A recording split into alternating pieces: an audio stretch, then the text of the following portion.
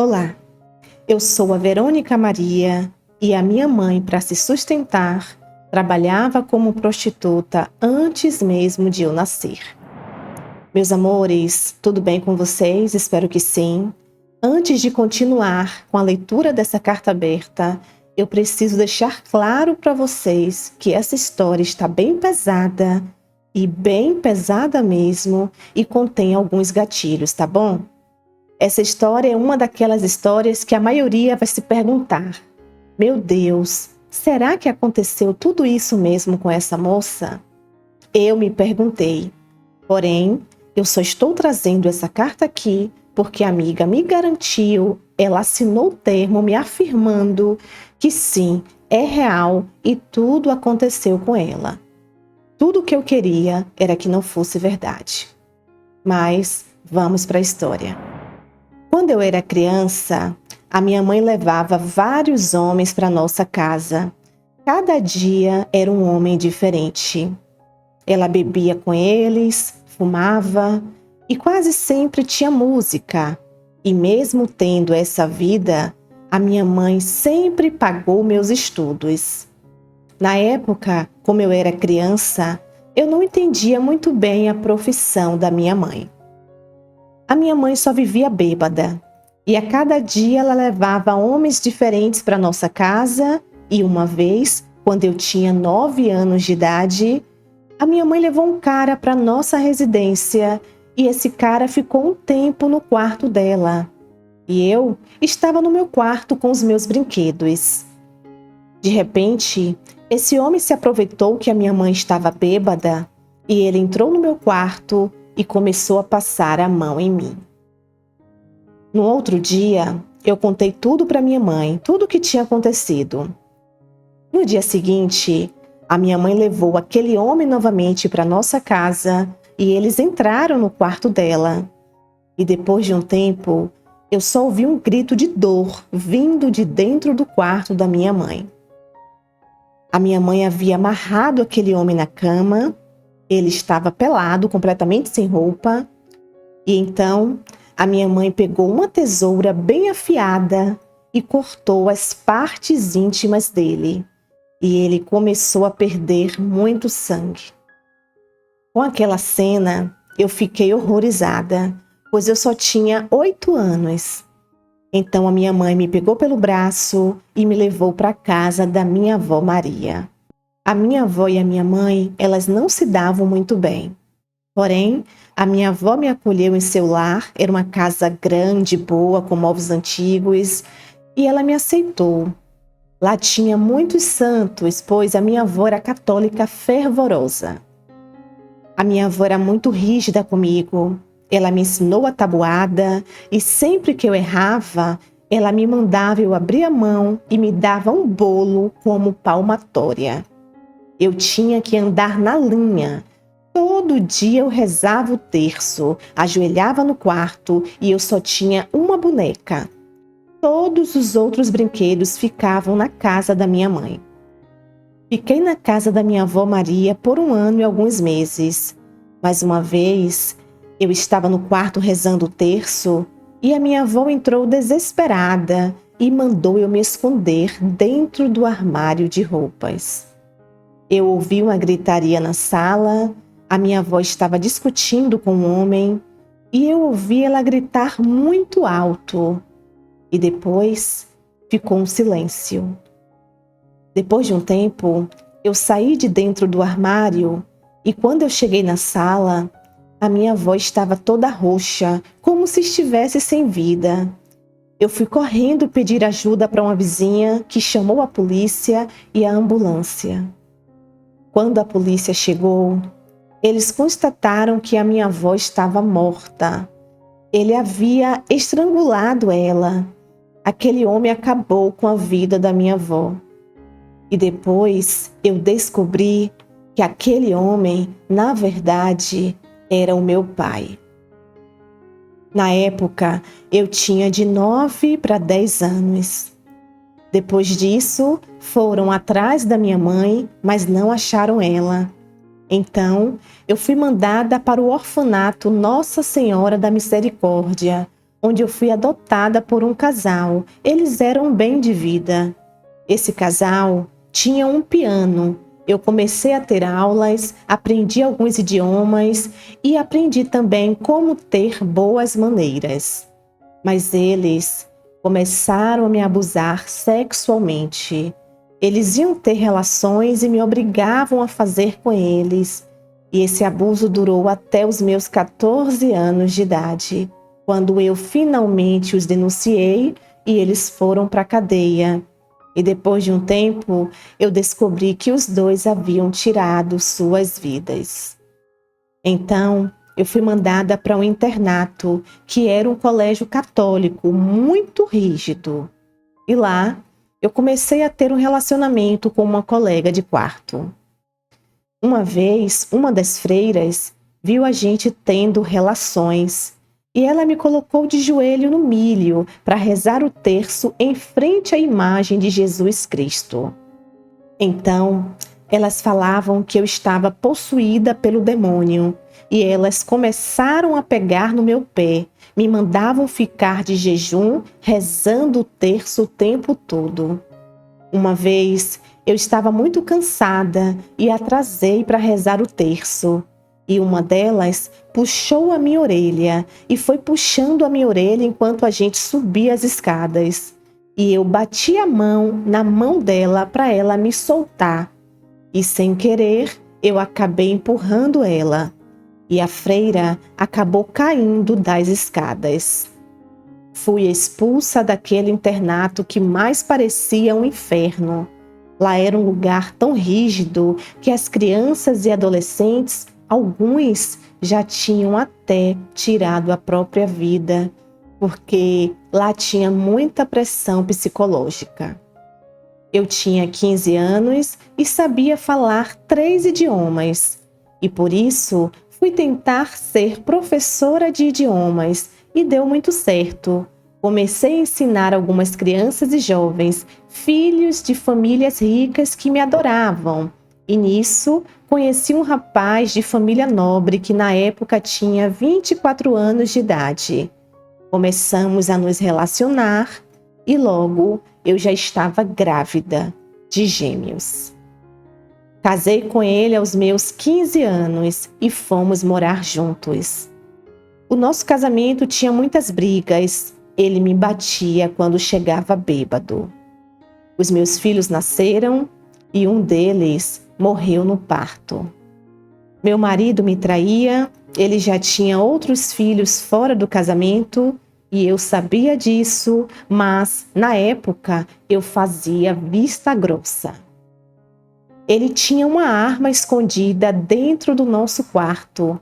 E o meu sogro, o pai dele, já tinha me ensinado a atirar. Nossa casa era bem grande e eu estava muito doente e ele se aproveitava da minha doença para me trair.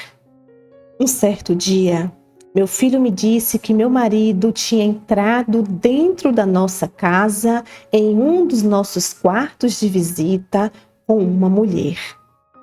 Eu tinha todas as chaves da minha casa, todas as cópias, e eu sabia onde o meu marido escondia a arma.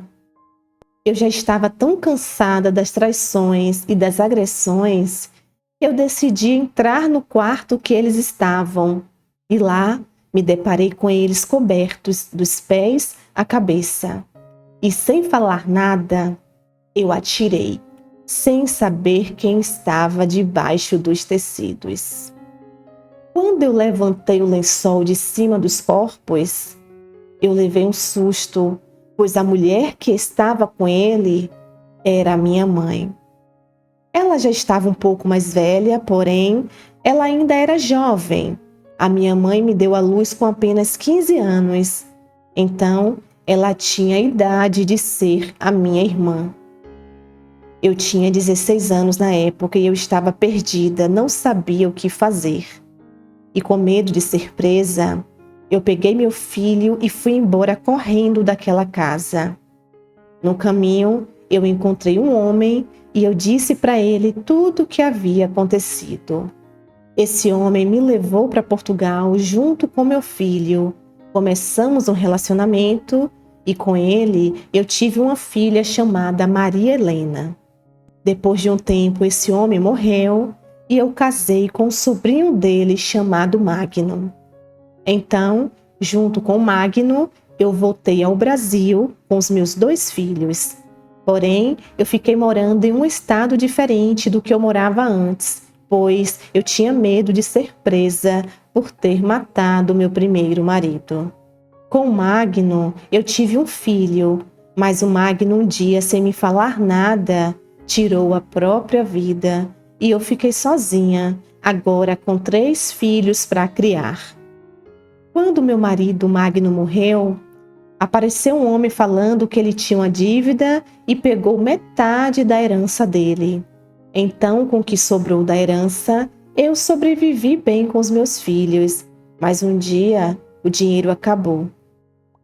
Então, eu comecei a me prostituir para sustentar meus filhos e eu passei a levar a mesma vida que a minha mãe levava. Eu ainda tive a dor de perder meu filho mais velho, que saiu para brincar na rua e estava chovendo, e ele acabou se encostando em um poste de luz, pegou um choque e morreu. Eu ainda tinha Maria Helena e meu filho mais novo, o Manuel.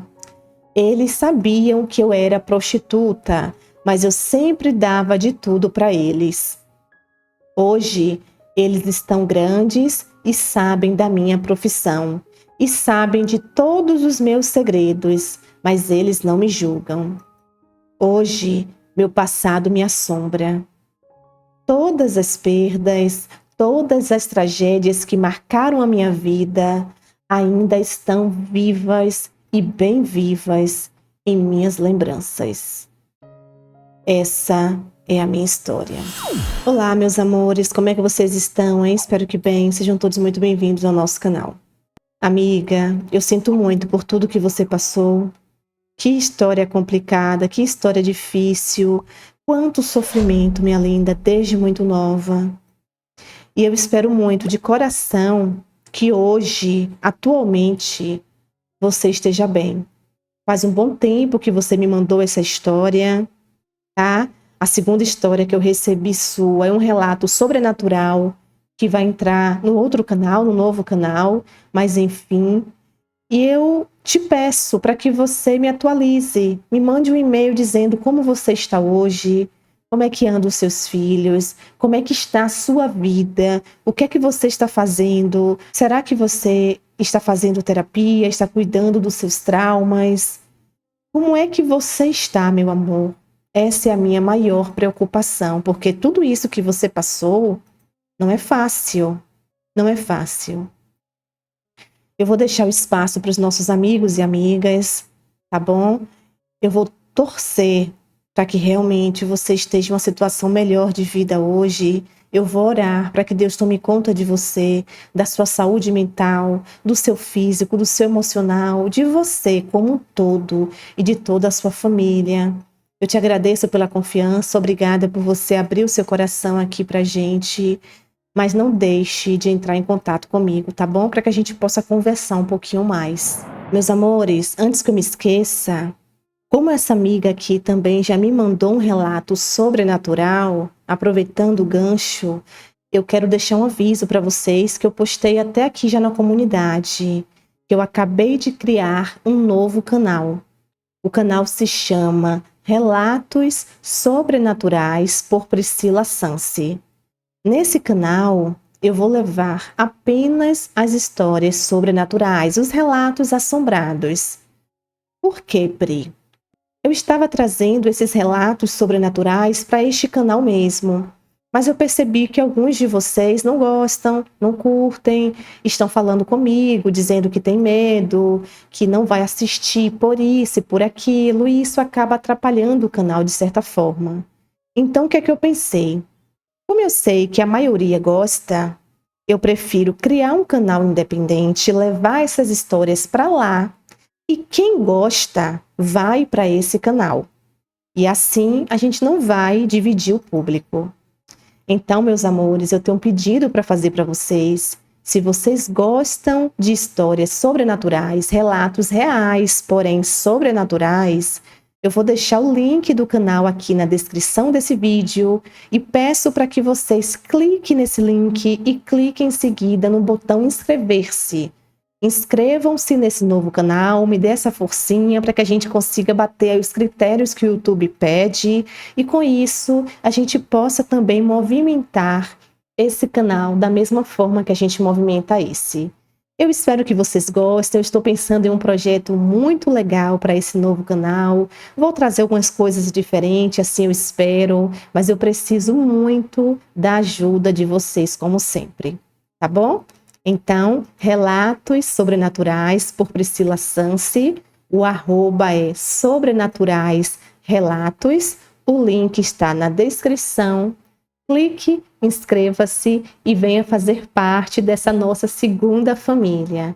Desde já eu agradeço a cada um de vocês e conto com a sua inscrição e participação, tá bom? Já já teremos alguns vídeos por lá, mas até lá vamos aumentar aí essa família pouco a pouco e eu tenho certeza que logo bateremos os 1000 inscritos por lá, se Deus quiser.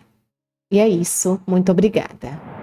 E vocês, amigos e amigas do canal, eu fiquei sem palavras com essa história. É uma história muito pesada, é uma história muito forte. E quando a gente pensa que a gente já ouviu de tudo, quando a gente pensa que a gente sabe o que é sofrimento, quando a gente pensa que sabe o que é luta, o que são as lutas, a gente se depara com uma carta dessa.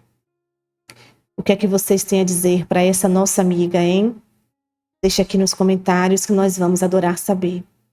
Eu espero que vocês fiquem bem, se cuidem, beijos de luz. Tchau, tchau.